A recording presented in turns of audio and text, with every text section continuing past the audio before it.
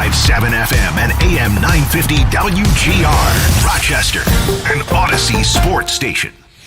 Welcome into the Sports Bar with Gene Battaglia, where the voice of the Rochester fan is heard. Pull up a stool and join us at 866-4326. This is WGR Rochester, and the Sports Bar with Gene Battaglia is on now. 2 hours of sports talk excellence in the Flower City. You found us. Thanks for making this part of your day where the sun is out from the High Falls Studios in downtown Rochester. My name is Gene Battaglia, Rochester proud, my hometown.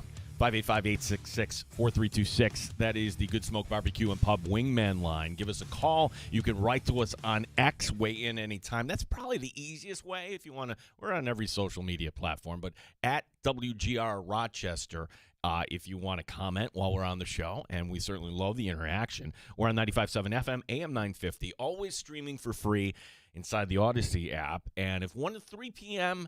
weekdays doesn't fit your calendar, like, I don't know, you're at work or something, well, then you know what? You download the Odyssey app and you can listen back to all 2 hours or listen to the highlights. Although we don't have Dan DeLorean today. Tim Schneider is here. Here I am. You knuckleheads have to learn Outlook. It's funny because we get off the air yesterday. Dan says goodnight. Good night, Dan. Didn't mention anything like, oh, by the way, I'm on vacation tomorrow, which, hey, you've earned it. I'm not saying don't take vacation.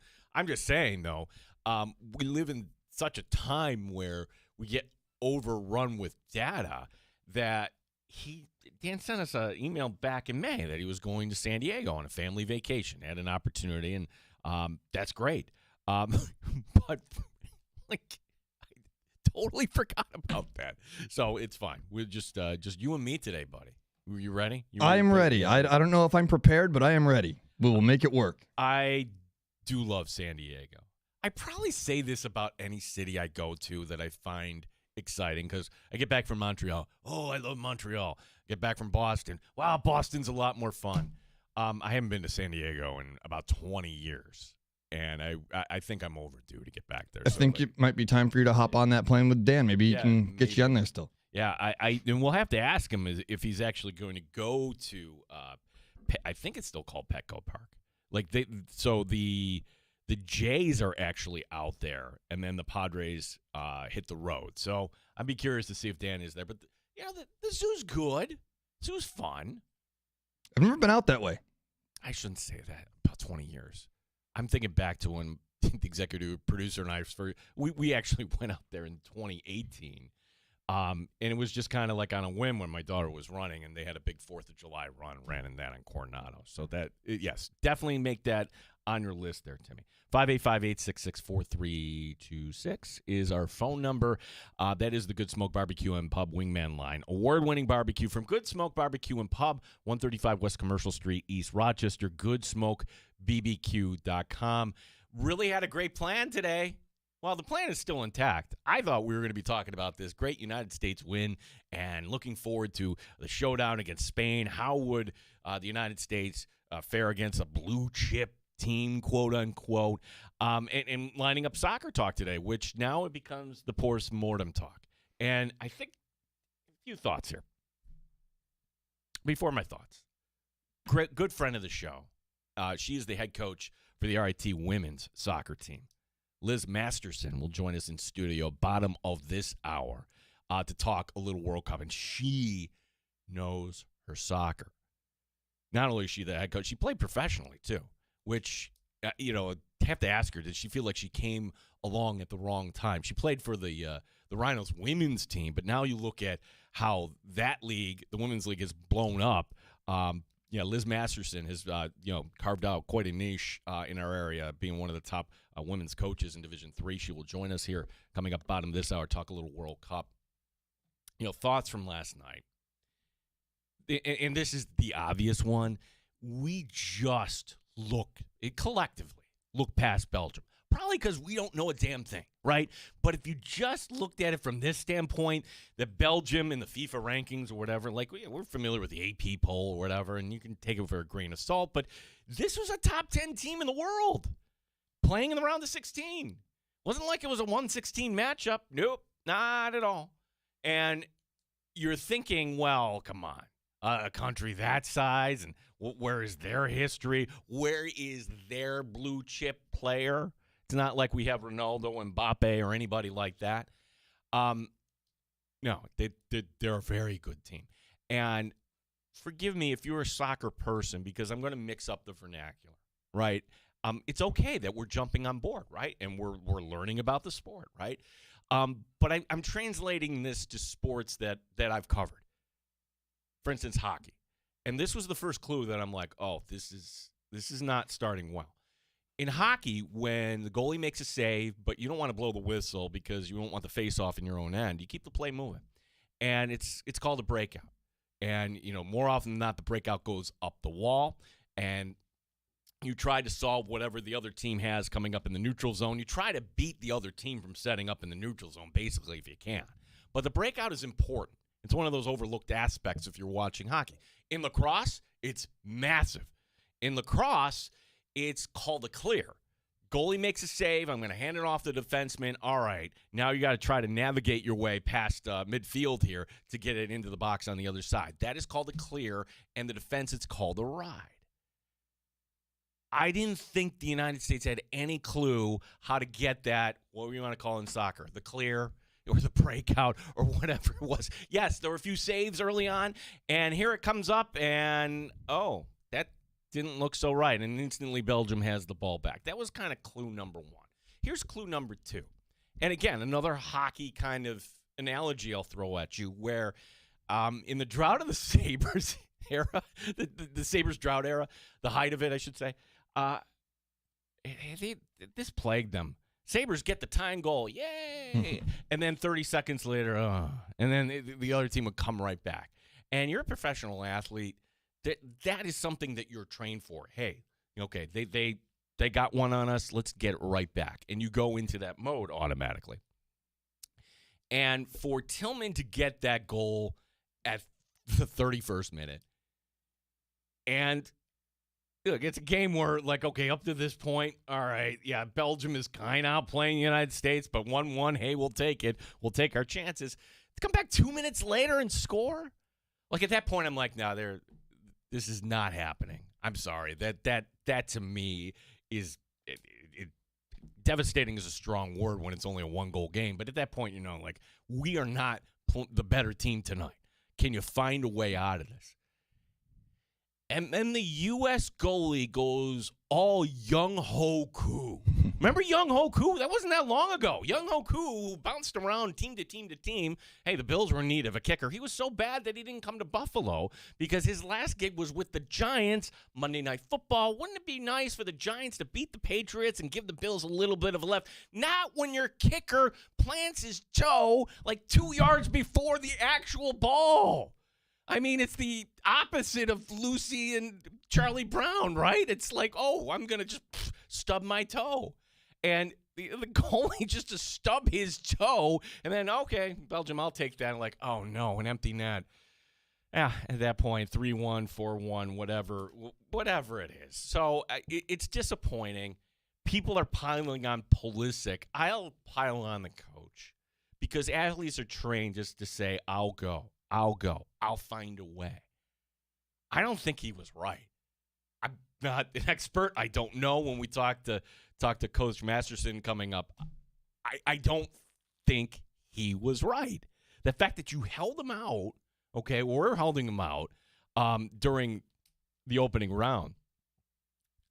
I just thought maybe, looking back on this doesn't seem like the same guy. Was he playing hurt? Should he have been there in the first place?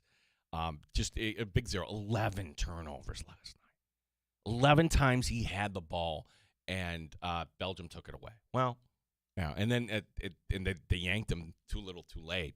So he's got to wear that for the next 4 years. That's rough. So few thoughts on that. And here's another thought too. So the play-by-play guy, his name's John Strong. John Strong, who I wasn't familiar with, he's getting roasted today because at the end of the game, it's kind of the pitch, and I'm not talking about soccer pitch. I'm talking about, hey, the sales pitch. The sales pitch to you, who person who don't like soccer, but I'm fearing you're going to stop watching this. Quote, if you've enjoyed what you're seeing, well, support your local team. This doesn't have to be the last soccer you watch for the next 4 years. It's a beautiful sport. Okay, I see why he's getting killed for that. Okay, let's just take the first part. If you enjoyed what you're seeing. No, actually, last night, John, I didn't enjoy any of it. Maybe the 2 minutes when the game was tied? No, that wasn't good. Not the time when I'm kind of pissed off that we missed an opportunity. Okay? Number 2, right? Ratings are up. And it's not just because the tournament is here. Sure, it's a factor. But you have star power. You mean to tell me that we're all just going to suddenly stop watching the World Cup? Not okay, like for starters, okay, next week, what's on the sports calendar? Next week? Well, you got the All-Star game, and you will have the Open, the British Open coming up in golf. We're watching these games. We will. It'll be on. Support your local team. Look, you could have just said that. And unfortunately in Rochester, we don't have like that feeder team anymore. This doesn't have to be the last soccer you watch for 4 years. Come on. Don't wave your finger at me on that. I got to be honest, though. I don't think he's wrong. Like, a lot of people are. Like, U.S. is out. They're done. Like, a lot of people will be done with it. For sure. For sure. Like, are you making – well, that's just natural. Are we making it a point on Friday when still a lot of us have to work, 3 o'clock in the afternoon, right, Eastern time? Are you making it a point for Spain, Belgium? I am. I am, but we're different. We're different. We're not, yeah. And if you're listening now, like, there's a whole part of the country that was like, wow, this is really cool. It's around their 250th. Look at what, like, the United States did against Bosnia, Herzegovina. That was fun. Speaking of which, like, I have all these stories left over from the week, but this relates to it. When that was last Wednesday, that U.S. win, July 1st, right? So we didn't do a show that day.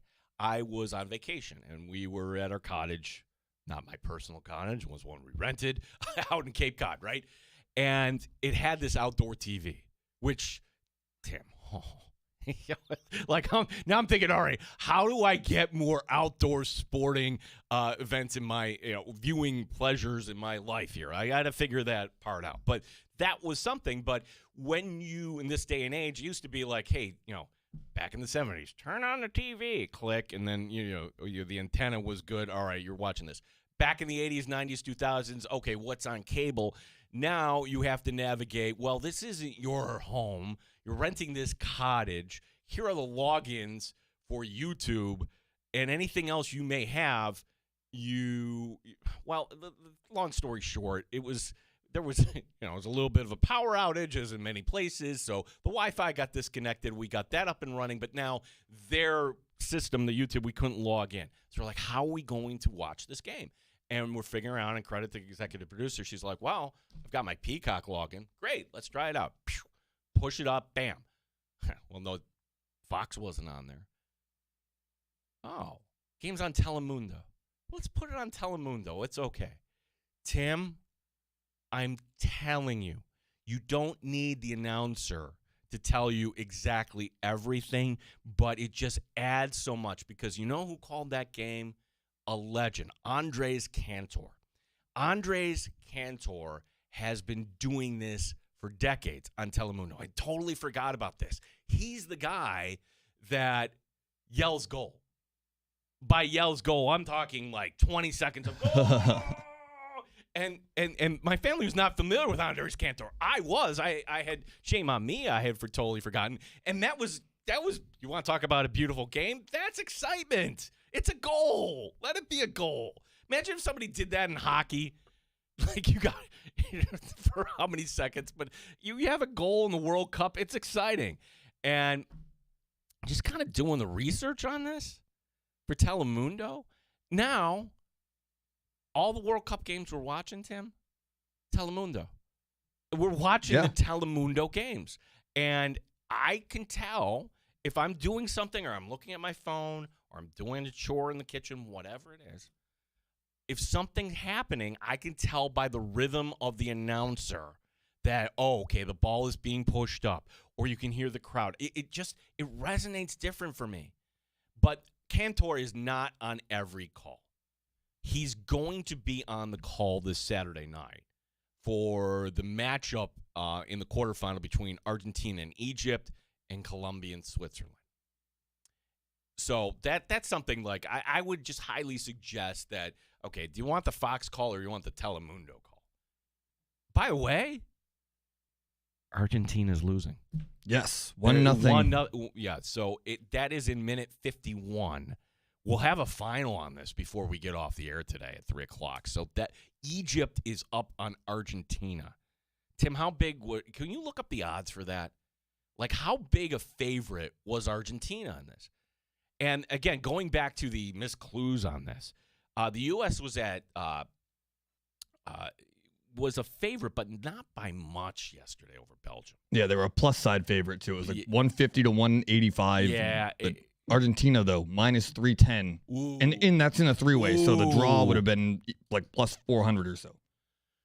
All right, so this would be and live, they are still the favored, like pretty solidly, plus 155 to Egypt's 230. They're still a live favorite. They have them more likely to win the game than draw the game. So 38 minutes to go before we get to the bonus time, right? And they're still the live betting favorite. Wow, to me that's just, as we say, the sharps versus the squares. Again, that's just the public saying, no way, Argentina's going to lose to Egypt. No way. Messi missed a PK earlier in that as well. Right, so that's pretty big. There's only been one team from Africa to make the to make it actually to the semifinal. That was Morocco. So, like, all these teams from Africa. And I think that's where we're at today. Like, this is the annual conversation, right? I remember this in 2002. Well, what's it going to take? These takes will resurface 4 years from now. My favorite, and by favorite I mean my least favorite. Well, if we had LeBron and Christian McCaffrey and all our best athletes playing soccer, we'd win. And I'd say, no, you wouldn't. Because what kind of competition would they play going up? Like, the reason these teams from these hotbeds of soccer come through is because, well, they're also playing great competition. So that's part of it too, right? Sure, athletes play different sports here in the United States. I mean, will we actually see the United States in our lifetime, say, get to a final, much less a semifinal? I can't say yes because, number one, I don't know your lifetime compared to mine. But okay, let's say in the next 30 years, will we have the United States in a final? And I'm going to say no. It's too much of a climb. It is too much of a climb. Not when other countries pour everything they can into this. 585-866-4326. So Egypt on Argentina. Back to my Telemundo point. And Tim, I looked this up. I'm not alone. Now, this is not a surprise, right? That Telemundo, versus the 2022 World Cup, their ratings are more than double, 122%. And number one, it's because, well, that was in a weird time. It's during the holidays. We're all kind of busy. Or edge of the holiday season. It's the holidays, I guess. Thanksgiving to Christmas. Yeah, you're pretty much, it's wrapping up the week before Christmas. But number two, it's also the time of day, right? Like the idea that these are in our time zones, right? And ratings should be up. But the thing that I found surprising, this was the bucket that I fell in, that, hey, English is my first language, and Espanol is not my second. I can pick up a word here and there, and forgive me to Mrs. Rosica at Aquinas Institute, because I took 3 years of Spanish. You know what? It all goes, it evaporates out of her head. 20% of Telemundo's World Cup audience speaks English and doesn't understand Spanish. 20%. Tim, does that surprise you? That's a higher number than I would have expected. I would have expected like 5%. But I guess if you're just trying to watch the game and you do like the announcement of a goal, you want to hear it in that language rather than the American like shocking in despair. Like a goal in Spanish is a way cooler goal than it is in English. It could be the streaming platforms too. That could be also it too. Like, and again, I was out of my element. If I'm home, and maybe that's also part of it too. Like, if I was home, I would have not have come across maybe Telemundo, but it reminded me. And that's what I would just advise anybody. Like, before the World Cup is over, take in Cantor didn't call the game last night. He's calling Saturday's game. Oh my gosh. If it ends up being Egypt, what if it's like Egypt, Switzerland? That would be a matchup. I don't know how appealing it is, but that would be a matchup. That would be two pretty crazy upsets. Yeah, that would be like, do tickets, like if it ends up not being Colombia and Argentina, like everybody thought, like does the ticket market tank? Is that like a spur of the moment sort of decision? Like, I'm sure there's enough people that be like, no, I'm going to go to this game. I'm absolutely going to go to this game. 585-866-4326. We've got other things to get to. Jessica Pegula lost today. Oh, yeah. Surprise. We've got some NBA notes. We've got some other things to get to. Liz Masterson is the head coach for the RT women's soccer team. She'll be joining us at the bottom of the hour. Again, you're welcome to join us anytime. Our X account at WGR Rochester.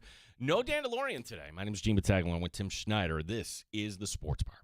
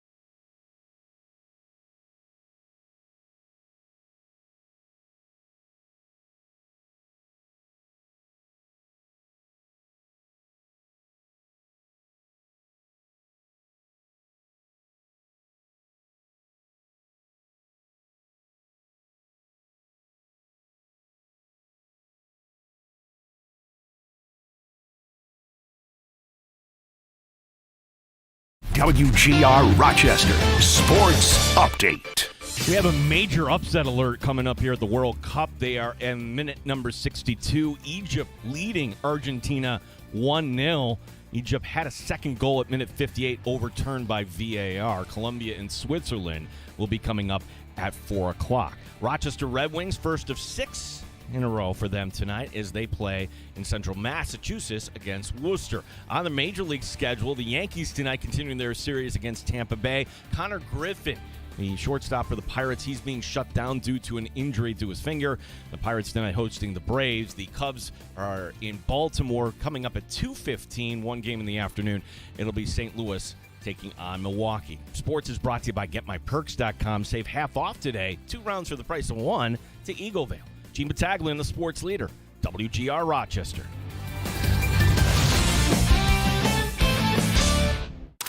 Top shelf sports talk.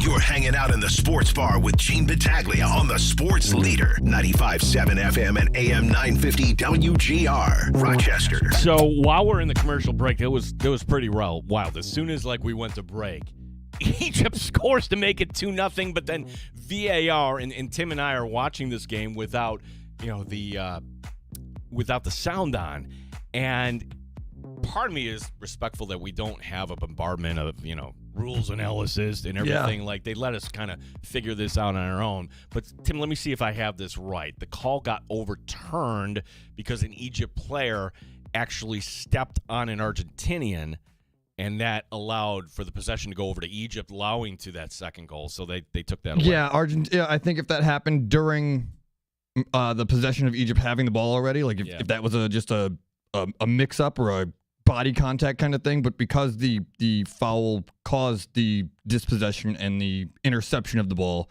it goes all the way back away, even though that happened literally the very end of the other side of the field. So VAR to the rescue, I guess, for Argentina, but they're still, they're running out of time. It's in this, if this ends up being an upset, it's something I've noticed, it rubs soccer people the wrong way and a lot of sports fans the wrong way, and we'll try to avoid doing this because it's like, okay, if Egypt wins this, put it in NFL terms. Put it in other sports terms that we're familiar with. What kind of upset is this?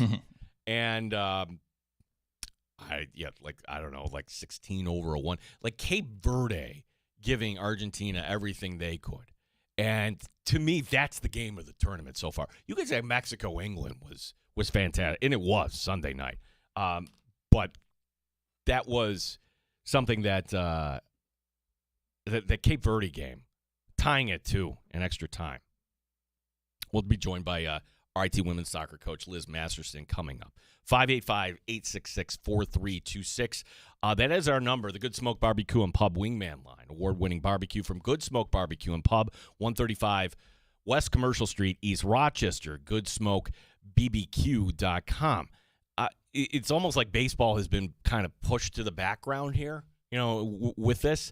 The Yankees continuing this series tonight in Tampa. And I've said this all along. For the Yankees, they just have to keep their head above water, I think, until Aaron Judge gets back and until the trade deadline. What can they do? Because I just think that Tampa Bay is doing this kind of with smoke and mirrors. Like that pitching staff, the way they piece that together, kind of on bubble gum and duct tape and everything else. Granted, you got to give them a lot of credit for finding those sort of guys. But Yankee fans should not be in panic mode. Coach is here. She's coming in. She's automatically looking. There's the tying goal. No, it's a goal by Egypt. What do we have? Does it count? Nothing. All right. Nothing. That's a goal. That is a goal? That is quite a goal. Okay. I noticed Coach coming in, and all of a sudden she anticipated that the play was kind of happening as I'm yammering on about the Tampa Bay Rays pitching staff here. So now this would, wow, is this the dagger? If it counts, the last one should have been the dagger, but it didn't count 10 minutes ago, so maybe this one won't either. So now we're watching this, and I can't do play-by-play here. It's just this amazing breakout, this end-to-end action. There's no offside in this. This is just bam, bam, bam. That's a good soccer goal. That one's going to hold. Oh, wow. That is an awesome soccer goal. joining us here. Coach Liz Masterson, RIT women's coach. But I this is jaw-dropping, is it not? The fact that Egypt's up 2-0 on Argentina? What a time to walk in. Well, I don't know. You were probably driving at the time.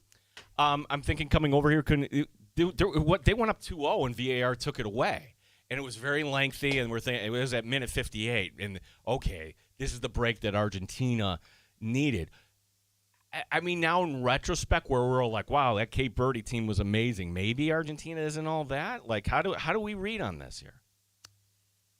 Well, it's just so hard for anybody to bet against a messy team, right? Especially one who just that are the reigning champs, right? Yeah. So how do you bet against them? But watching this second goal, I mean, it's a little reminiscent of Brazil and just looking like a little lackadaisical in the effort. Like this guy from Egypt, I mean, the goal scorer came from the other side of the field, makes a 90-yard sprint to score that goal, but no Argentinian player tracking.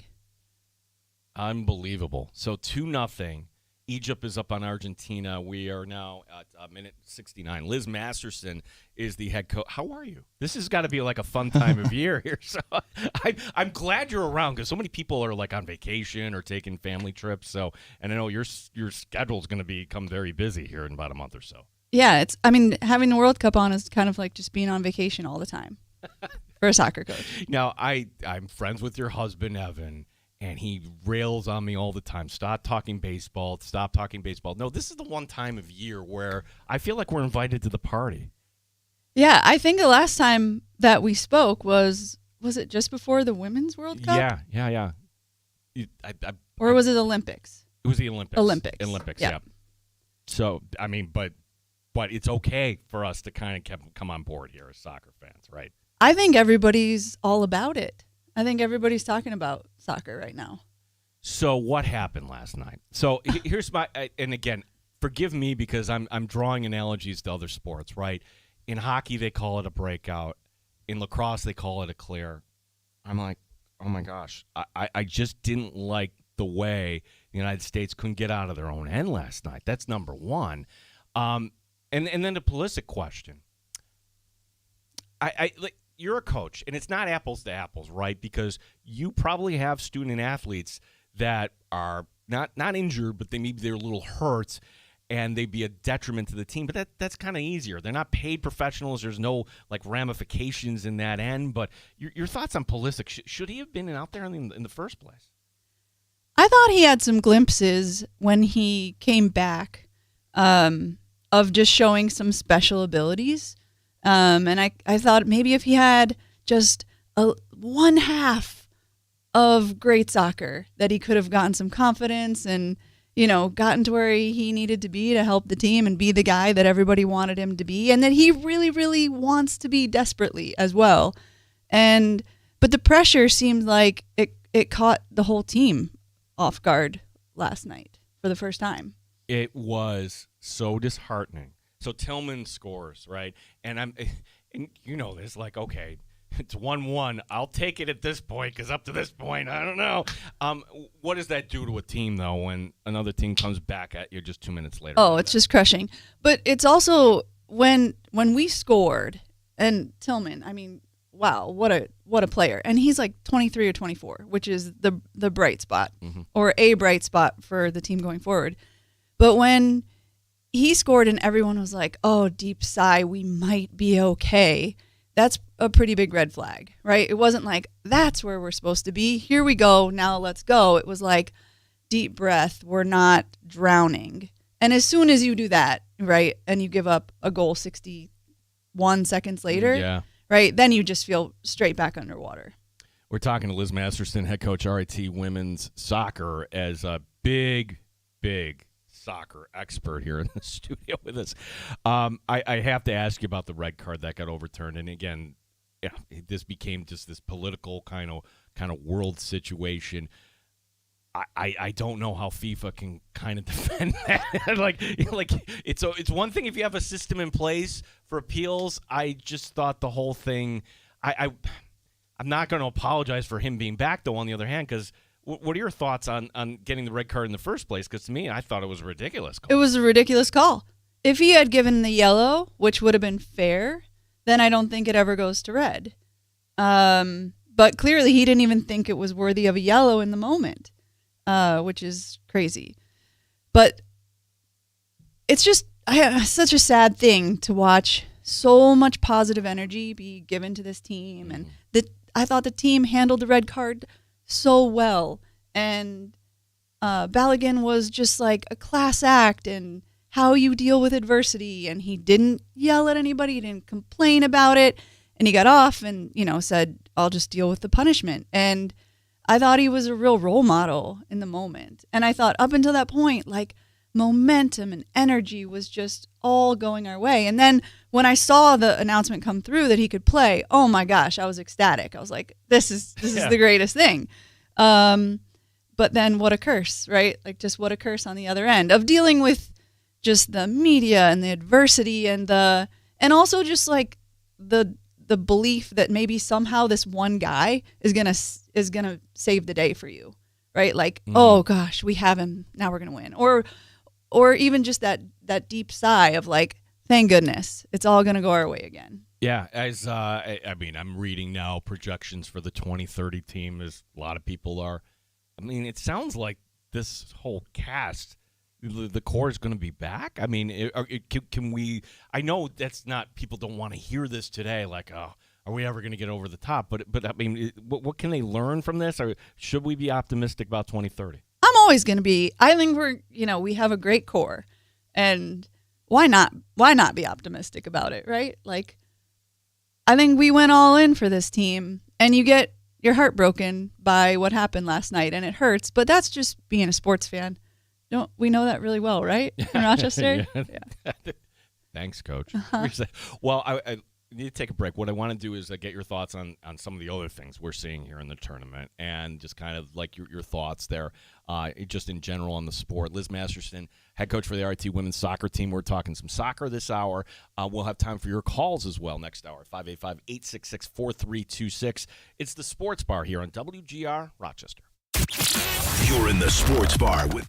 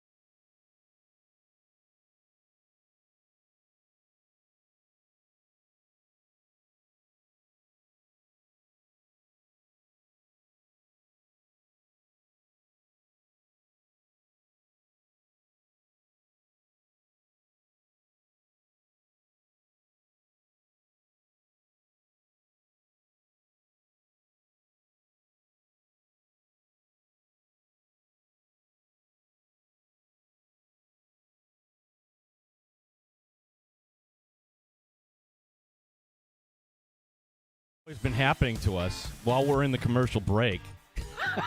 Argentina scores. I think it was minute 78. Regardless, minute 80 now. It's Egypt leading Argentina 2-1.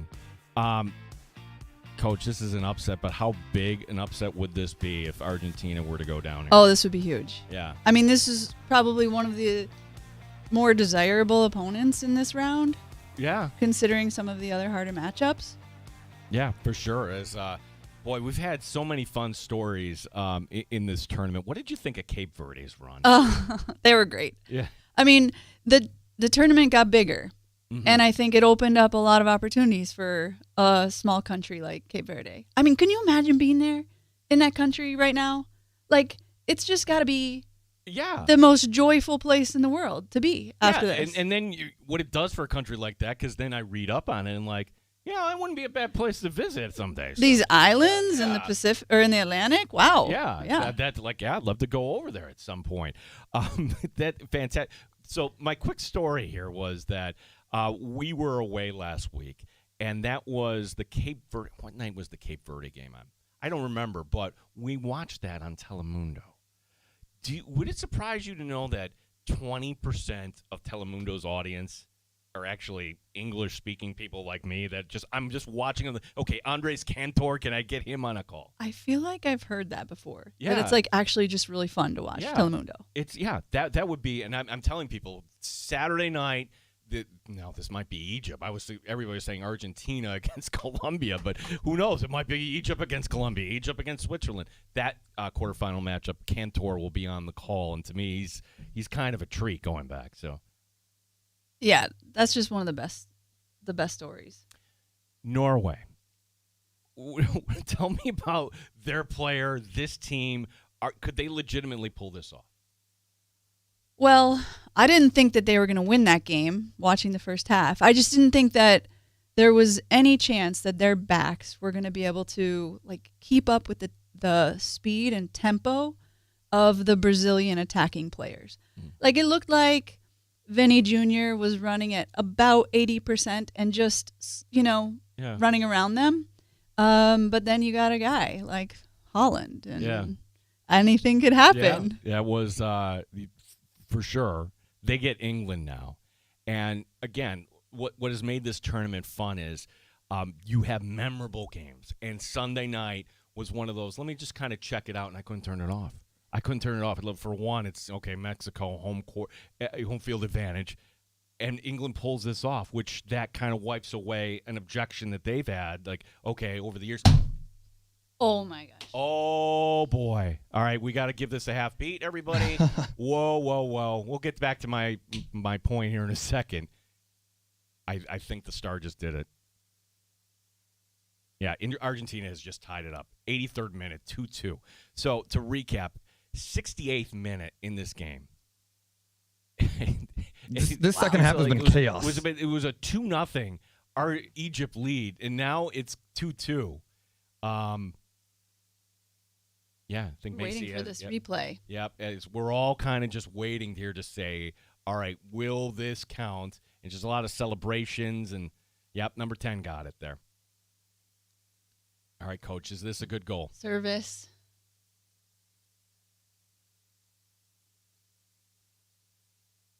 It's a great goal. It's a great goal. It's a great goal. Yeah. I mean, with that many times that there's a touch in the box, you'd hope for Egypt to be able to get some sort of clearance on it. The United States sort of had the same issue, but I think when you give Messi an opportunity to face the goal with his left foot, you're in trouble. Oh boy, and the look of relief on his face. 2-2. Now they're not out of the woods yet. We still have. This is just making for another memorable game here. 2-2, 84th minute between Egypt and Argentina. Liz Masterson, head coach for the RIT women, our guest here in studio. I mean, your thoughts on England in this tournament? That's where I was going to go with that. Here was Mexico. They're getting goals, and England found a way to get that done. I just thought it was such a gritty team performance. I loved it. I just loved watching them lay out. Jude Bellingham was so special in attack, but he was also going to the ground to make tackles in front of his own goal. And you could just see the investment from every single player to just like do whatever had to be done. The women are coming up next year, so that at least that and we are the one country that I believe takes great pride for great reason. That was a disaster. It was like 4 years ago, which feels a lot longer than it does now. But where are we at with the women? Are we going to have the World Cup, Women's World Cup being in Brazil coming up next summer? Yeah, so the women will go down to Brazil. They just played a doubleheader in Brazil last month, I want to say. And Emma Hayes, the coach of the U.S. women's national team, who has just made unbelievable growth in the team and in the whole country, I think, has benefited from her. All of women's and girls soccer, from the vision that she has for the team. And so they went down to a really hostile Brazil environment just to get a feel for what that was going to be like in the World Cup. And they lost the first one and won the second one, and it was wild. I want to say there was like 10 red cards in that first game. Red. Okay, Yeah, wow. I mean, it was crazy. Nothing that I've ever heard of before. So I think Emma's brave, just taking them down there to, see what that's going to be like. And I think we all just have, those who follow Emma Hayes closely know that we have a really, really special manager in Emma Hayes. Yeah, that's I'm not wishing my time away, but it is kind of on the horizon. One question I have for you. I don't think I asked this before. So Liz is from Colorado originally, went to St. Lawrence, coaching. It works out for you being here in Rochester. But you look at the opportunity now for women in soccer and how there is a professional league. You are the all-time leading scorer for the Rochester Rhinos women's team. Do you feel like you came along at the wrong time? Like you were playing now, you would have had a shot to play professionally? So when I played, in college, I obviously didn't get a scholarship. I played Division III, and when I played after college, it was 4 years where I just played because I really loved it, and all of the women who I played with just really loved it. And so sometimes you feel like, gosh, I wish there had been more opportunity, especially when I was young, to be in an academy. I have a 13-year-old. She plays for a great local club here. Mm-hmm. And I see the quality of the coaching that she gets, and that was different growing up. Yeah. And we just didn't have that level of access. But what I did have was I had an opportunity to grow my love for the game, and obviously that's lasted me a long time. Yeah. Whereas sometimes in college sports right now, it's more about the money, or it's muddy, I would say, at the Division I level and at professionals. So I'm pretty happy with, the fact that Division III is still a pure college sports experience. Yeah, so for sure. And at RIT, you got a new stadium. What's that like there? Now it's finally all finished. We're ready to go now. Yeah, you got to come see it. It's unbelievable. That's great. And your team, the outlook here, and when do players have to report? What, mid-August maybe? Yep, they'll be back mid-August, and I think we have a great group returning. Their energy and their attitudes and just like their team camaraderie is just probably the best I've seen. So I'm really excited for this group. I was excited that you, like I said, hey coach, you want to do this by phone or could you come in? You're like, no, I'm coming in. So. Yeah. I mean, you're welcome to, like, I feel bad, like, now because, like, we're approaching the 89th minute, and, I can't tell you what just happened, but we're still tied at 2. Looked like a free kick for Argentina that was saved. A really good save. But, yeah, it feels like, how could I leave? You can do your show without me, and, I'll sit here and watch stoppage time. Well, gosh, you might be here another 45 minutes then, basically, right? It could be in it for the long haul. Could be watching penalty kicks. Yeah, that would be funny. Like, we'll be just doing our show, talking about the Bills, talking about other stuff, and we'll just hear a coach screaming in the background. You did say when we got on air to start this that we would have a result by the time we got off air, and that might not be true. That might not. You can go the extra 30. The stoppage time is going to be 10 because they scored 4 times in this half. Yeah, that's true. You're going to have a bunch of minutes. Coach, I just feel like Argentina, like, they're going to win this game. Egypt is just hanging on for dear life now. Yeah, I can't imagine that Egypt has the bench that Argentina probably does. So once you get into these later minutes and you need to go to your bench a little bit more, it's probably, do they have another world-class goal scorer waiting to come on? It's unlikely, and that's kind of the risk that England took the other night when they were up, was they took Harry Kane off. Yeah. And that was kind of saying, like, we're going to either get it done now or we're going to be in big trouble. We're going to have 5 defenders on the field, and if we concede a goal, we're done. We're going to have to hold on until PKs. Well, I will leave the option to you. Whether or not you want, you're welcome to hang out here as long as you want. This is the spot. I don't have a cold beverage to offer you today, so shame on me for that, because this is an early game, so I get it. Right. It's Liz Masterson, head coach for the RIT women. Thank you very much. Always great to talk. We got hour number 2 wide open. So you're welcome to give us a call, 585-866-4326. We have Tim's terrible take of the day also on the way. My name is Gene Battaglia. This is the Sports Bar on WGR Rochester.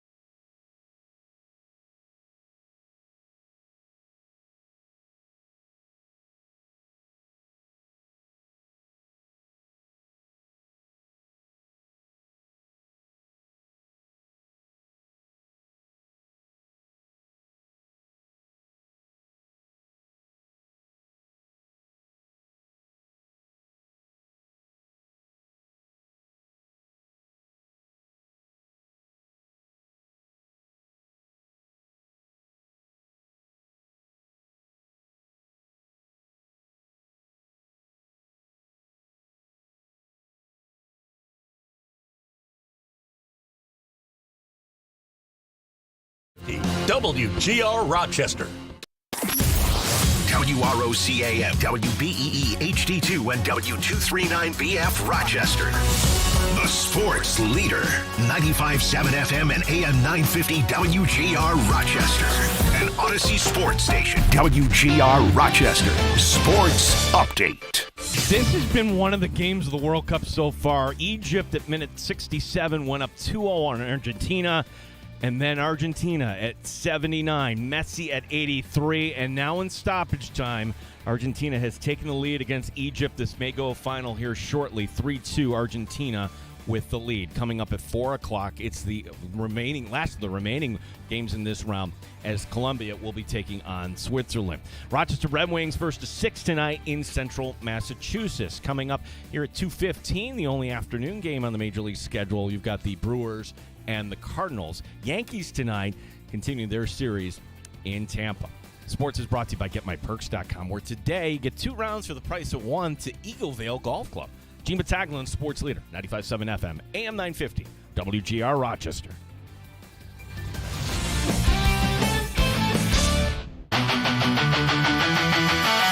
Pull up a chair, stay for a while. You're in the sports bar on WGR. Grab a drink, hang your coat, get sports talk. Live from Western New York. It's a master show. 9 times better than your typical host. 9 times. Gene and Tim have takes much hotter than most. No one cares when you're out. Sabres, Bills, Americans, Red Wings, and Nighthawks. Sports bar for Rochester Sports Talk. This is crazy. Like watching these Egyptian coaches, they're furious. One coach got a red card, and another just came flying off the bench, given a yellow card. Ref show. Yeah, like and again, that's part of it too, because we're used to Fox showing, okay, what are they upset about, and we're not kind of getting that. Really, what they should be upset about is their team blowing a 2-0 lead when you're up in the 68th minute. Granted, it's Argentina. They're the defending champs. They're outstanding. Gene Battaglia with you. Thank you for joining us here. Tim Schneider. Thanks to Coach Liz Masterson. She's great. And we love talking soccer with her. Appreciate her coming in here. This is now in minute 99, and with the stoppage time, we've had a lot of craziness here. I'm not sure when they're going to blow the final whistle, but you pointed this out, Tim, and maybe I was just like, oh, that's square money. When Egypt was up 1-0, and this was like at minute 55, and Argentina was still the favorite at that point. Like, okay, maybe that wasn't square money. That was maybe people saying, all right, Egypt will eventually kind of putter out. It seems like to me, and again, I'm a soccer novice, that just Egypt ran out of gas. They've been hanging on for dear life here, and it cost them here. Yeah, it's been a pretty controversial second half as well. They scored, and it didn't count. And then you could argue that third goal that Argentina scored a little while ago, they took the ball away from Egypt in the box, and it went uncalled, and I'm a hockey guy, so I don't think it's a penalty, but it could have been in soccer, and it never happened. The fact that you took away the second goal from Egypt and how they got the possession was, okay, you stepped on the guy's heel, which is not a yellow card, but it's not permissible, so all right, VAR being what it is. And I mean, this is the good and the bad, right? Like a video replay. Like sometimes just let him play. Now, is one of our loyal listeners, Chris from South Central Kentucky, pointed out, hand to God from the 80s, would never would have happened with Maradona, right? Back then, like, okay, that's actually a handball. That shouldn't have counted, but that knocked England out of the World Cup once upon a time. Minute 100 now, and we'll keep you updated. Argentina leading Egypt 3-2, and what has just been a wild game. And I think this referee's going to set a record for screen time. I don't know if this is like the ref show like U.S. and Bosnia. I just think he's got an Egypt team, and there it goes. That's final. This has to be one of the greatest comebacks in World Cup history. When you're down 2-0 at minute 68, I don't care who the opponent is at this point. Like for Argentina, and they are like for Argentina. Think about your Argentinian fan. They had to deal with this against Cape Verde. Right, Cape Verde. That game, I thought, okay, this is the game of the year, and now they're just showing scenes of. The Egyptians right now, they are just, a couple of them just sitting on the grass, just devastated on the pitch there. Again, at minute 79, minute 84, and then the second minute of stoppage time, Argentina. I think it's fair to say they stole this one. And now they'll await the winner of Colombia against Switzerland. That'll be coming up Saturday night. Again, the Andres Cantor game, which, Tim, I'm sorry, I don't even know who's on. Maybe part of this, too, is that my baseball team absolutely sucks. And my baseball team, now there's all this drama swirling between Lindor and Soto that, do they actually get along? And I was telling somebody last night, I think Juan Soto is like our version of A-Rod. Except he's a worse version. At least A-Rod is like a Hall of Famer. Like, something's now with Yankee fans. I'm sorry. It's a year and a half later. I get it. When the Yankee fans are like, okay, good luck with Soto. I'm like, you don't understand. Look at his stats. Look how he's going to fill in. They're like, no, you don't understand him. He is a really good player, but sometimes that is not worth the headache that is presented, especially if it's a clubhouse cancer. So these being in the sports bar while we have live action going on. This is the best. It is the best. Like when in the infancy of 2.0, as I call it here, the new show, the new slot, we had the Olympics. It was fantastic. We had the U.S. women's team, winning gold, like literally while we're on the air with the Calder Cup. I think that was that day. And that was exactly. And the Calder Cup coming into studio. So yeah, like for most of us we live in a primetime world when we get home. That's the majority of this, but this is kind of a treat, right? In summertime, when you have these games in the afternoon, and you'll be watching Colombia, Switzerland coming up at 4:00. At least I will. That's why I thought it was the take by John Strong, Fox play-by-play guy, making his appeal. Hey, you love this sport? Go, support your local team. That should have been it. This doesn't have to be the last soccer you watch for the next 4 years. In the very next game, look what we get. An absolute blessing. This is a blessing. Like, honestly, the game where that take was off was that game last night. It sucked. It wasn't a marquee event. It wasn't. It was a bad soccer game by the United States. That's the part of it. Like, wait a second. We can say we, right? That's a country. Like, that's always a weird thing, right? And when a fan says, hey, when you're referring to the Buffalo Bills, we, I'm like, well, you don't play for the Bills. But in the World Cup, it feels a little more natural. And your coach said, like, we're all Americans, right? That felt like a no-show last night. It felt like they were very tight. Yeah, the coach didn't have them ready. And I questioned, all right, Belgium's coach kind of, really hitting the button there about Bellingham coming back. And you know what? It worked. So give him credit on that. 585-866-4326. We are wide open. We have takes on a lot of different stuff we have lined up. I'm not sure if we have a Rossini update. The beauty of Timmy's take is I don't know what's coming, and we all have to react to this in real time. Now time for Terrible Time Timmy's Terrible Take of the Day on WGR Rochester. WGR Rochester. It's Terrible Time Timmy.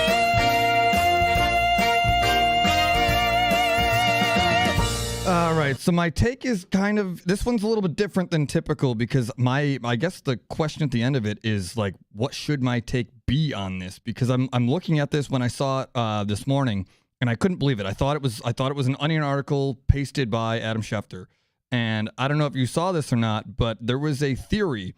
Seth Wickersham posted an article. No. Okay, yeah, we're gonna get. Okay, so this is. It's not a theory, right? That's what I can't believe that it was real. This is real, and I have takes on this too, but I don't want to step onto those because this is your dance floor, Tim Schneider. So yeah, no, like I said, I don't know how to feel about it. So guide me through how I should feel about that, because if that is true and it's reported as fact, so I'm going to run with it as fact that Sean Payton offered his head coaching position to Bill Belichick to set the record and then just go back into that role as if nothing happened. How do you do that? And obviously it was impossible to make happen because it didn't come to fruition. But how in the world is that a real that is a video game theory, that's something like we talk about as just a hypothetical, hyperbolic, I can't believe that it would never happen. The fact that apparently it could have happened is insane to me, and I just can't figure out where to go with it. Well, I think it's overblown. I think for starters, that's what it is. So, like, to review the story, Seth Wickersham. Whenever Wickersham comes out, it's like, uh-oh, which organization's getting blown up? And then, of course, the Patriots, like, he's moved on to the Denver Broncos. And what he did in January was he embedded himself in that program. Now, a couple things we learned, okay, in this article is that in the playoff win over Buffalo, he actually called for a fake punt on 4th and 10. And the team vetoed the coach. Now, and Peyton says he was furious about it. Now, I'll credit Derek Kramer from our, I can't say sister station. It's our station, right? But he's not in our building, WGR. He still shot it like, wait a second. What isn't Buffalo defending? They're up on the line of scrimmage. That would have been an invitation. I understand totally why Denver's like, nope, this is not the right look. We're punting the ball away. You forget that the Bills actually forced the punt in our overtime, right? That was also part of it, too. And then Peyton quotes how he wasn't happy with his defense. He was happy with the turnovers, meaning that, the Bills coughed it up how many times? 5. Josh Allen accountable for 4 of them. That's something to kind of foul away. Like, how did Jim Leonard get out the door? Well, got out the door because of this. I would just say this, that if you go back 2 years prior, the Denver defense was atrocious. So, sure, you can build a defense quicker than you can build an offense without a quarterback, but I'm not worried about that. But what you're bringing up here is the part of the story that everybody's latching on to, that at some point, after Belichick gets dismissed, that there was this noble gesture by Sean Payton to become the offensive coordinator, just so Bill Belichick could step in and get his 15 wins and then exit stage right. This is a coach that had also been suspended in a previous season, a previous life with the Saints. Right. So I guess from that standpoint, he's used, but that wasn't his choice, to seek control. I think it's all BS, Tim. I think it's just one of those, hey, should we just do this? Ha, ha, ha. And it never got off first base. Like, wouldn't you love to know Belichick's thought? Can you imagine Belichick? He's sitting somewhere on a beach with his big fat gut and, and the little floozy running around. And he reads this like, oh, he's probably like, is he pissed? He's probably like, was this news to him? Right. That's where, like, that would be the thing. If it's the first time Belichick has heard about this, see, that's the obvious thing. Wickersham, hey, dude, you're the Patriot reporter, right? You're embedded. But I don't think Belichick would take Wickersham's calls these days. Not after that book came out. And what about if it took 3 years? Like, what if the Broncos fell on their face that first year and 15-2 is a really hard record to have? So it's going to take more than just a season. What if they fall flat in one of them and have like a 6-10 year? Well, that's the part where, like this doesn't feel right, because Denver, when this happened, they were ascending. You didn't think of it at the time. Like, Denver got in as the 7th, and Buffalo flicked them away like a buck. Right. But there was positive vibes. There was some good juju. Like, hey, we like Bo Nix. We're heading in the right direction. And sure enough, Kansas City has a down year. Denver piles up wins. I think Denver takes a half step back this year, Tim. I know we have Bronco fans listening, Brian being among them. I just don't see Denver with Kansas City arriving back on the scene. With the Raiders, they should be a little bit better this year. I don't think Denver stacks up the wins. I'm not saying there won't be a playoff team, but I don't think they win that division. And I certainly don't think they're going to be a top seed coming up in the AFC. And I like showing the hey, he's working there till 2 a.m., whatever it is. Hey, you know what? How about kicking the damn field goal knowing that there's a storm coming in? Like, sometimes, like, coaches outthinking themselves. Like, to me, Denver really handed that game over to New England. Like, Drake May was throwing up all over himself that whole postseason, and you couldn't figure out a way to get that done. And I know you were with your backup quarterback, but my gosh, because you were with your backup quarterback, take the damn points. Sometimes we're in this day and age of analytics. Don't kick the field goal. Go for the touchdown. Yeah. Okay, let's factor that in when there's a storm coming in, and maybe, like, we're actually out of time here for pristine conditions in this game. I thought that was poorly coached by Peyton. I laughed and laughed and laughed. 585-866-432. You know how you should feel, Tim? To me, it's got that whiff of BS there. I think my initial thought, outside of thinking it was a joke, is that like no way would anybody ever do this. So I think I'm on board with you in that regard. Well, to me, and let's just make sure that I get this right here, because sometimes I read a story today, and I'm going to do this in real time, the fact check. Wedding. Oh, yes. Okay. This is true. Yep. There are reputable sources.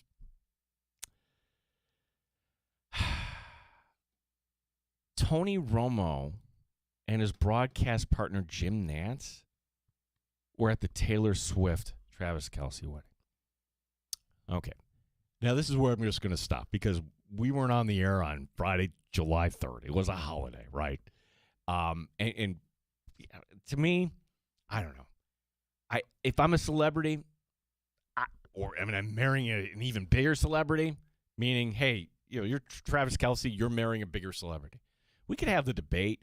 Josh Allen's a celebrity. His wife, a celebrity. A celebrity, Haley Steinfeld.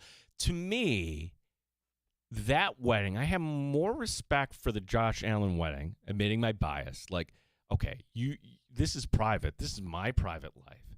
I'm putting my hand out, and nobody's going to take any pictures. Nobody's going to report on this. No, nothing. Very secluded. I mean, there's a plane flying over or whatever. But compare that to, hey, we're going to just invite celebrities. The fact that Taylor Swift invites the Knicks starting lineup. She invites, what is it, a whole arena? Like that, I don't even know. Like, are there legitimately 10,000 people? So the idea that Jim Nantz and Tony Romo are at this wedding. Okay, first question that comes to mind. Why? Like, why? Other than, I guess if you got that invite, I'm not going to be a hypocrite, Tim. If all of a sudden the sports bar was invited, we're probably going. Live from MSG. But is the idea of journalism dead? Yeah, I think it might be. I think it is dead when I hear this. Ethics and morals in the industry no longer the same. Yeah, it's because it's one thing if you have a personal relationship, right? If Tony Romo was teammates with Travis Kelce and like or friends or whatever it is, Jim Nantz is not friend. They probably never even met. Jim Nantz should not be going to the wedding of the Kansas City Chiefs tight end. Like that, if you're going by the rules of journalism, that should be it. Sorry, full stop. I don't have a personal relationship. Or if I'm going to go, I'm actually going to cover this as an event. But now, every time that, you're going to hear Nantz and Romo like, well, Patrick Mahomes pass. Well, is that a touchdown or not? I don't know, Jim. We're going to be like, yeah, these are the Chiefs reporters. And like, we get this vibe with Collinsworth. We're going to get this with Nantz. Come on, Jim. You got to say no to that. I wonder who's on the invite. Is that a Taylor Swift idea or a Travis Kelce idea? Like, who's the one pulling that string? Why are the Knicks invited? What does that have to do with anything? Is Taylor Swift the most famous woman in the world? Yes. Okay. Well, that might be she can just. People want to be around her, so maybe they reached out and said, "Hey, if you're gonna come to my house and have the wedding, let us in." I'm sure there's a lot of people with a lot of agendas that would want to go and participate or just be at this wedding. What a story it would be, and the idea that Adam Sandler was the officiator at this wedding. It's all a spectacle. It's all a spectacle. And then Sandler ends up on Nantucket the next day on the 4th of July just playing basketball because you know what? He's just one of the guys. I'm just one of the guys. Like, I shake my head. Like this, sometimes stories just kind of are just too crazy where you just say, all right, this does not make any sense. Well, that's why we love sports. What happened today in Atlanta between Egypt and Argentina? Like, you don't have to be a soccer fan just to recognize this was nutty. Here's Argentina. Down 2-0. Massive upset in the making. I don't know, like the way the Egyptian coaches came in hot at the official. And when they're coming in hot, that way I'm like, are we going to see something like we really don't Violence? Yeah, Yeah. we really don't want to be seeing here. And this is where I'm going to and we have everything through the cleansed lens of FIFA/Fox here, where if there is something controversial, we might not see it kind of right away on this, but this I think goes back to the second goal, Tim, like the tying goal. To me, the whatever would have happened, Argentina, like Egypt was totally out of gas. Last quarter of this game, it wasn't they were in the shell. They had nothing left. Everything was spent, and they were the clear underdog. But my gosh, like what a crushing loss. 585-866-4326. We've got an NHL note to kind of get to, some NBA notes as well. Got time for your calls. 585-866-4326. My name is Gene Battaglia. This is the Sports Bar on WGR Rochester.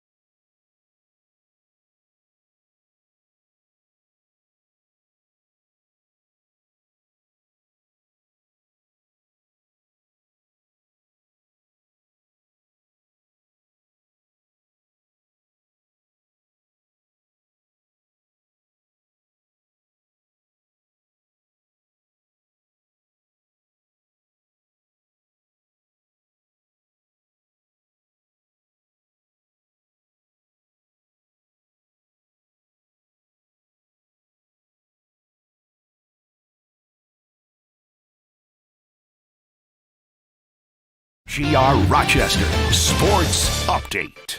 Unbelievable game of the World Cup today where Egypt was up 2-0 at minute 67, and then Argentina scoring at minute 79.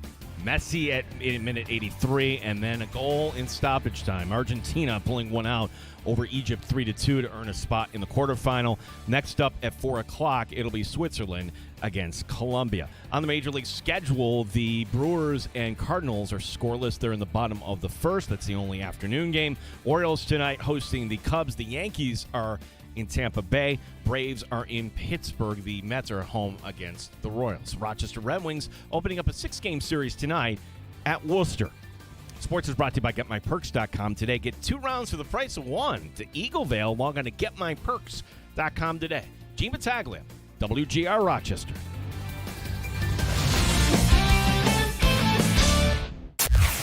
The best local sports talk in the Flower City. The Sports Bar with Gene Battaglia on the Sports Leader. 95.7 FM and AM 950 WGR Rochester. PJ Glasser, who joins us on Wednesdays, just had a great tweet. Like, this is the 5th time I've said, this is the game of the tournament, right? Like, how many times have you said that? I could say, like, well, the U.S.-Bosnia game was very exciting, right? It certainly was. And then Argentina, Cape Verde, Mexico, England. This one, it just, like, Egypt had never gotten this far. Like we pointed out, there's only been one Egyptian team ever to get to the quarterfinals, being Morocco. Egypt was trying to become the second. And here was Egypt. Gosh, you're up 2-0. What I don't need is Tom Brady weighing in. Tom Brady tweeting out, yeah, so that might top 28-3. I don't know about that, but it is a good tweet. Do we really want to give Brady credit for anything? No, but my days of like the Stockholm syndrome, where I love anything that Brady does. I love that Belichick does. The Patriot way, I respect it. I've cleansed myself of that, Tim.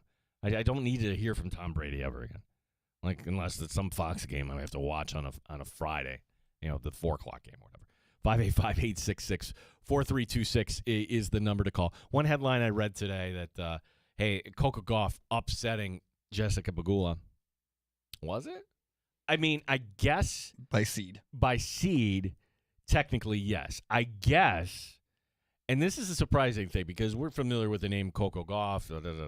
She's 22. That's it. 22. She never has gotten to the semifinals.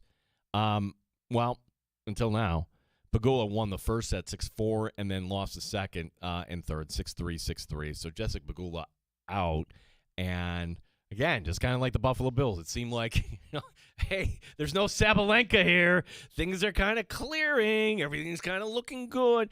Boy, oh boy, this sets up Naomi Osaka, does it not? Just what a comeback story that'll be. And that'll be Saturday. Saturday's going to be all these sports, Tim, that are not sports bar sports. Well, let me tell you that. She's out. She lost. Oh, did she? Yeah. I missed that. Carolina Muchova, 7-6, 6-4. That happened while we're on the air. Wow. All right. Yeah, we got distracted by the soccer. The men's thank you for pointing Joker's that out. going too right now. Yep. So Osaka. Okay. So that ended up being straight. Wow. So there goes my. All right. So I don't know, Muchova, I guess. Coco Gauff. No, Coco Gauff. We're Team Coco here in the sports bar. 585-866-4326. That is our number. This is one reason why, like, it's hard to relate to pro athletes, right? But if they earn, if you win, you earn the money, so be it. Is Donovan Mitchell like one of the top 10 players in the NBA? No. Well, he's not being a paid. superstar. He's being paid like it now. He gets the max extension today, and this is the way the rules are, right? 4 years, $273 million he gets from the Cavs. Like, is it going to get any better, by the way, than it did in Cleveland last year? I'm sorry, they wheeled in James Harden. That didn't work. Oh, we can bring back LeBron. Newsflash, that's not going to work either. Okay, and I'm not just talking like from my biased Knicks standpoint here. I think actually Detroit can kind of take a step forward. Maybe what did they learn this year? They were the best team in the conference. Hey, what about Philadelphia? Yeah, that's going to be different. That'll have a different feel. I haven't even brought up Miami yet. Miami should be a player. So Cleveland did what they had to do, I suppose. But I'm like, good for Donovan Mitchell to make all this money, but you're not going to win anything. I'm sorry. Prove me wrong. Prove me wrong on that. Speaking of Miami, so they were the ones. And it's funny to read all these takes out of Boston, how private equity wouldn't allow for the Celtics to give Giannis the deal or what. I don't know if that's true or not. What I could just kind of comment on, like, okay, Giannis, kind of hitting the restart button in Miami, that'll be fun to watch, all right? But this is typical Giannis, right? And maybe this becomes a collector's item. I don't know. So when the move is announced and it becomes official, what does any team want to do right away for their fan base? Well, they want to answer their needs. Like Miami fans of the Heat, maybe just NBA fans in general, they're excited. They want to buy merch. Get me a Giannis Miami jersey, whether that's the road, the home, the alternate, which I think the alternate with the 80s neon look, that to me pops. But whatever it was all for sale. All for sale. Giannis Antetokounmpo, number 34, now with the Miami Heat. And they were on sale online. They were printed right in a rush, on sale in the team store, the brick and mortar store, until Giannis decided this week, nah, I'm not going to be 34 anymore. I'm changing my number to number 7. Like, are you upset if you're somebody who bought that 34 jersey? I think I am in the moment, but give me the end of his career, and you're one of a handful of people that has the original 34 instead of the 7, and that's something that I want to hold on to. Maybe I never wear it, and I just have something worth more money because it'd be scarce. Yeah. They only made so many in that moment, so the 7s are going to be around forever. Yeah, I guess you get that, but from a collector's standpoint. From a collector's but standpoint. But yes, if I'm doing it to wear it, I am not happy because it's already wrong. What was the other number that Jordan wore? Because we think of Jordan as 23, 45. Yeah, so like a Jordan wearing 45. Like if you see a Jordan 45 jersey, you're like, oh, okay, that's a real Bulls fan. That guy, that's something. So maybe in a, you're looking into the future 20 years from now, assuming Antetokounmpo does win in Miami. Look, if he doesn't win in Miami, we'll forget about you. That's true. Like you'll think of him as a buck, and then he took the money in Miami and whatever. And maybe it goes that way. It's hard to win in this league. World Cup will continue until next week. Now, the games are going to taper off, where we have this wall-to-wall action. It's just been great. Today's the last day of the doubleheader, folks. This is it. Like, it's going to be now we'll get it down now to the quarterfinals. But it's an opportunity for other sports, like baseball. But here's a reminder with baseball.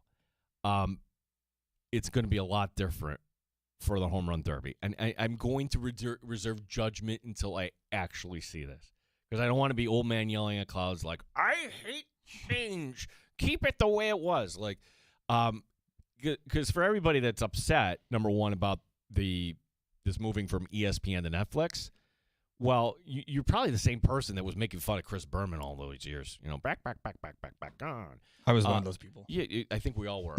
and then Chris Berman lost his wife was killed in a car accident. And I'm like, okay, that's it. We're not gonna make fun of that anymore. That's go enjoy your retirement. But Michael Irvin is going to be one of the announcers for Home Run Derby. Okay, again, I'm going to reserve judgment on this, but this feels like it's off the mark. Let me explain. Because Home Run Derby, is it a real sporting event? No. Is it athletes kind of in a fun setting? And is it just kind of a competition, almost like, I don't know, lawn darts or charts or whatever, or cornhole, whatever you may call. Yeah, it feels like a fun summertime event.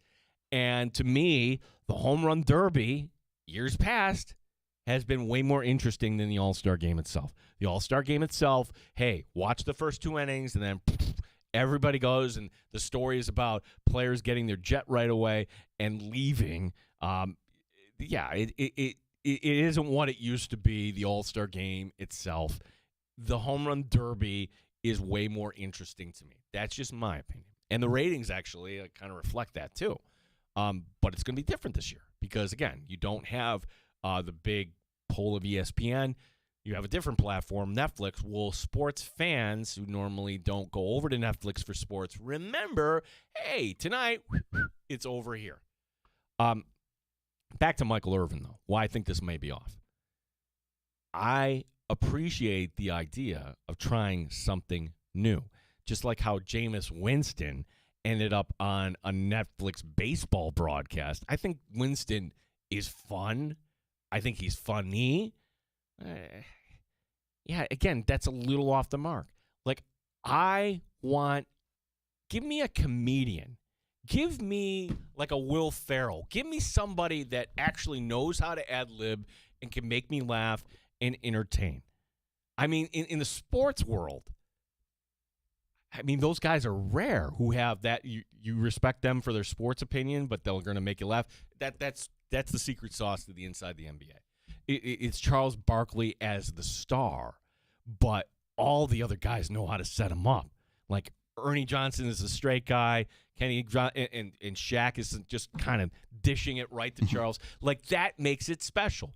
So Charles Barkley once upon a time showed up on an NHL broadcast. I'm like, this is awesome. Can we get more Charles here on this?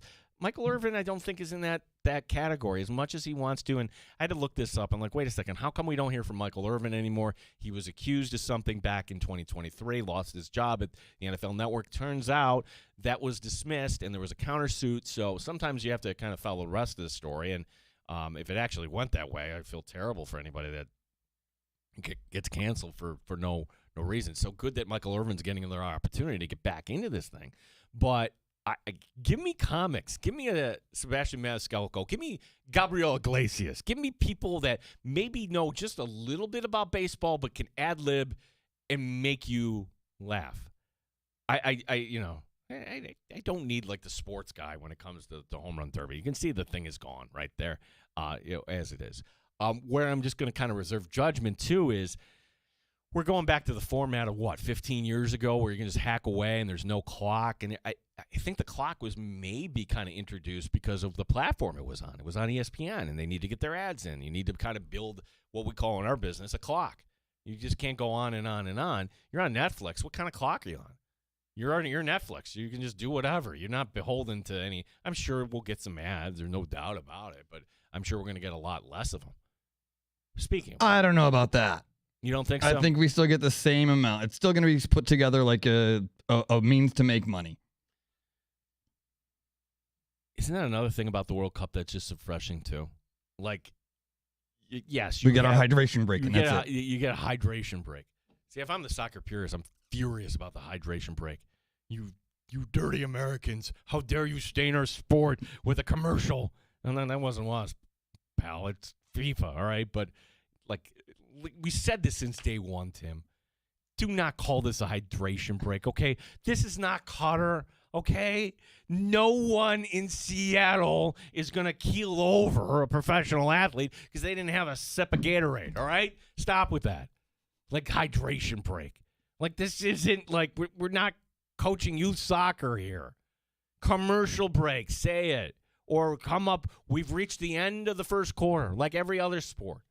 Eventually, we'll get to the truth in advertising part of this. But Monday night, Netflix, that'll be kind of a thing. Also kind of coming up next week. Like, what's coming up next week?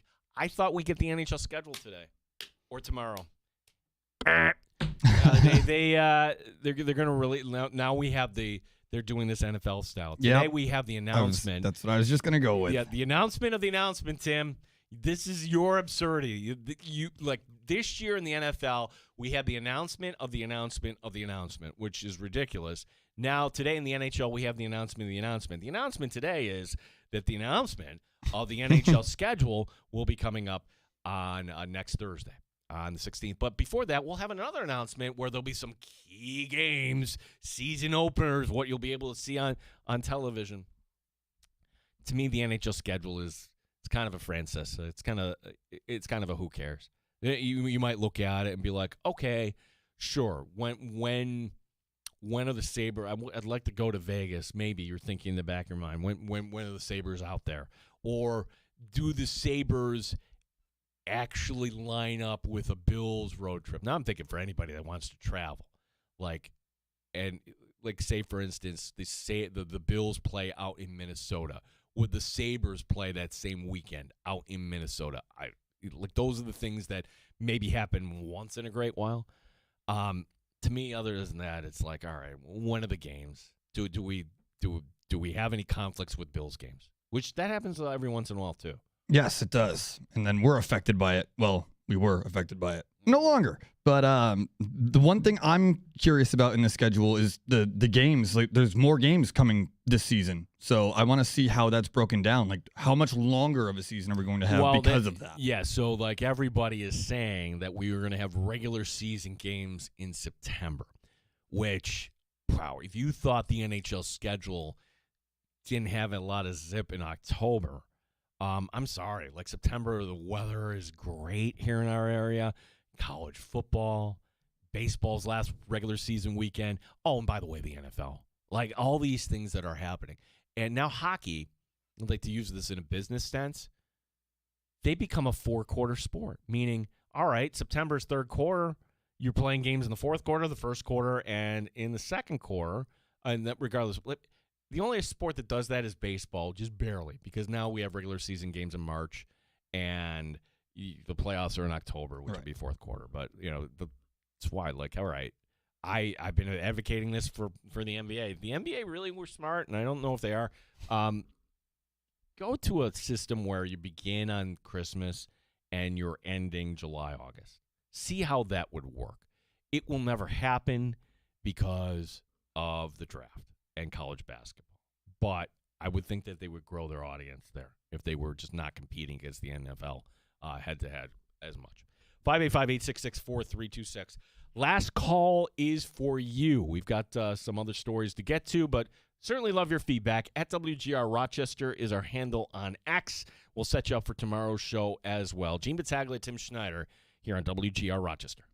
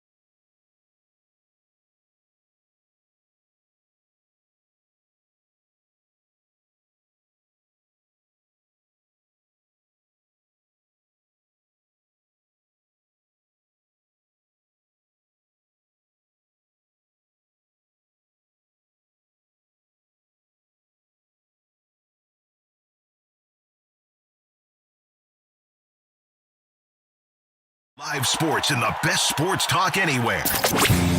The Sports Bar with Gene Battaglia, 95.7 FM and AM 950 WGR, Rochester. No, for NFL geeks, and it's about next year's off-season schedule. So, you can picture what the off-season schedule is like, right? Hey, here's the Super Bowl, the victory, yay, and then you have the parade, and then a little bit of downtime. But what starts it back up is the Combine. And the Combine is usually late February into March. Well, there's a change now to the schedule, and I'm curious as to why this is going to be. But the Combine wrapping up that first week in March 8th, then, essentially a day after the Combine ends, is when we will have what the NFL doesn't call, but most of us call legal tampering to begin, which I think this is what they're saying now, right? That most of these deals for free agents in the NFL are known for a full week, so why do we keep up this charade? Like Indianapolis, if you want to add a little juice to the Combine, this will add a lot of juice, that a lot of deals are going to get cut right then and there, because the day after the Combine, the idea that all of a sudden all these free agent announcements are going to hit, I'm all for that, by the way. I think that's going to be good. And byproduct of the NFL season being later this year, you look back to the calendar from last year, it's like, oh, third week we were a Fisher for the Bills. This year, July 29th. What? Come on. Well, this is what happens when we're going to have a Valentine's Day Super Bowl. So for the first time, we will have the Super Bowl on President's Day weekend, which will be fantastic when we get there. But, again, as we say here in the Sports Bar, don't wish away your time. 585-866-4326 is the number to call. Today, I mean, it's funny how, like, when we open the show, and this is how things move so quickly in this, not just in the Sports Bar, just in sports and life in general. Like, we're already moved past kind of like the United States loss from last night. Why?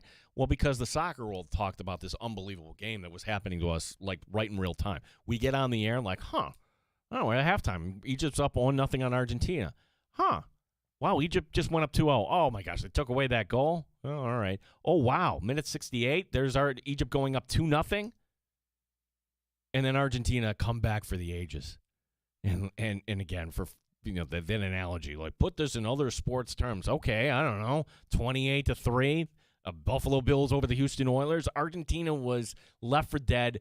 They pull it out, and now they advance to the quarterfinal. And that all happened while we were on the show, on the air today. So we will talk soccer tomorrow on the show with our friend PJ Glasser. It's been a couple weeks since we talked to PJ. Now, PJ, if I'm not mistaken, Tim, he was going to the games in Philadelphia then when last. So we haven't talked to him since he took in this action. Yeah. He lives like a king. He literally, because of his other job, got paid to go down to the College World Series. Can't beat that. No. So learn from PJ Glasser, who will be joining us tomorrow. And I love hearing all these experiences for local. When I was in Boston over the weekend, you wouldn't think you could tell people that are just taking in the city. This is great for our country. You know what? Like, hey, come on in, everybody. See how cool this is here to be in our town. Dan DeLorean, by the way, is not here today. We have to deal without Dan here for 8 days. Who signed off on this? I don't know who signed off on it, but it's happening, and we're worse off for it. I'll tell you that. Tim, I'll give you the credit. You got us up on YouTube today. I would belong in one of those Dr. Rick commercials. Like, okay, what button do I hit to hit the camera? Why isn't the camera facing me? I had forgotten that he was taking this week off, and I had come in and it was like, am I being punked? Is there no show today? I don't know what's going on. Because when I get in here, everything's all set up. This is on. The lights are on. Everything's good to go. And I'm like, we got to get this going. I got to get this on the road. That's a Dan DeLorean thing, though. Like, Dan DeLorean didn't say, bye, I'll talk to you on July 15th yesterday. I did the same thing, though, earlier this year when I had an appointment that I had written down 2 or 3 months prior, and then I just like once I say it once, I just assume that That's you why, remember it. like the Outlook calendar to you guys. It's a foreign concept. Like I don't know. Do you have a calendar at home where you still like write things down by paper? Do you have like those? I do not, but my mom does. Planners? And my dad uses the phone for it. My mom uses like her hand for it. I just hope for the best and that we're all going to remember.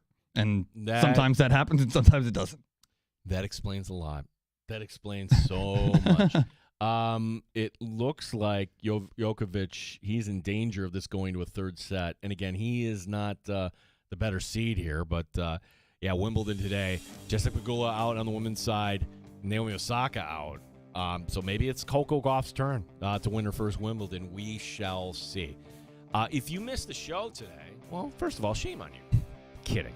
1 to 3 Eastern time. We are on locally here in Rochester. Just download the Odyssey app, and you can go back and listen at your leisure whenever it's convenient for you. By the way, that is kind of the best way to listen to the show because you don't have to worry about interruptions if you're on the thruway, wherever you may be driving. It's the best. It's the clearest signal. Thanks to you, Tim, for coming in today. Thanks to our guest, head coach of RIT Women's Soccer, Liz Masterson. My name is Gene Battaglia. Show Up in the Bulldog coming your way next year on Rochester's Sports Leader, 95.7 FM, AM 950, WGR Rochester.